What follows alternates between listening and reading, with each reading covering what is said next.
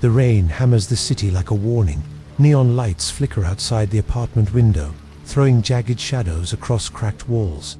Jonah sits on the edge of his bed, staring at his hands. They twitch unnaturally, as if the skin itself remembers someone else's movements. His breathing is shallow. The air smells faintly of iron and wet earth. He shakes his head, trying to dismiss the feeling, but the feeling is already inside him. Someone is here. The room shifts. The corners stretch impossibly, darkening into infinite hollows. The bed beneath him feels like liquid. He reaches out, but his fingers pass through it as if it's smoke. A whisper coils around his skull. He can't place the language, yet it knows his name. Jonah, Jonah. Panic claws up his throat. He stumbles to the door. It's not the door he remembers. The handle melts under his grip, a black tar that pulses and slithers down his arm. He tries to scream, but only a wet gurgle escapes. The voice laughs. It's everywhere, inside the walls, inside him. You can't leave, not yet. Suddenly, he's somewhere else. A mirror stands in the middle of a field under a bleeding sunset. His reflection blinks on its own, smiling while he doesn't. He steps back. The reflection steps forward. It whispers, "Do you like my memories?" Jonah tries to run, but the field folds like paper beneath him, swallowing him whole.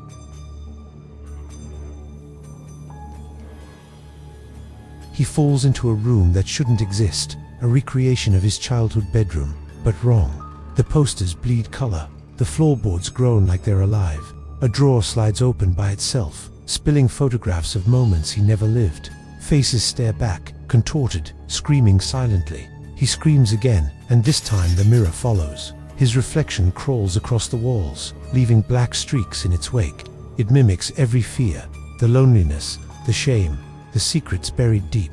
Jonah tries to fight it, punching the air, but the reflection punches through him, cracking his chest like glass. He collapses. Darkness blooms behind his eyes. In the void, whispers gather, forming a face he knows but shouldn't. It grins and shows him every nightmare he's ever had, replayed and distorted. A memory of his mother calling him echoes, but the voice is hollow, broken, accusing. Why did you let it happen? The rain from the city leaks into the void, cold and sharp. Jonah opens his eyes. He's back in his apartment, bed-soaked, hands trembling. Relief hits until he notices the walls. They breathe. The room is no longer his. Every surface shows a different scene. A kitchen with knives bending toward him, and a staircase that leads endlessly upward. He tries to run. The door laughs and dissolves. The city outside is gone, replaced by a churning black sky. Shadows stretch from every corner, whispering his secrets. Jonah stumbles, and the shadows crawl over his body like snakes. Pain bursts across his chest as memories twist, merge, and vanish into someone else's consciousness. He is no longer just Jonah. The whispering grows louder, a symphony of fear. He sees flashes of himself, sleeping in other rooms, other cities, other bodies. The dream is spreading, and he is only the beginning. His mind fractures, the pieces spinning away like shards of broken glass. Each shard shows a different Jonah, screaming in terror, begging to wake. Then, silence. Absolute. Jonah floats in blackness, unformed, unanchored, and then the whisper returns, softer this time, intimate, dripping into his skull. We've been waiting. Now, you belong to the dream. He wakes in a room that isn't his. Outside, the city is dark and rainy.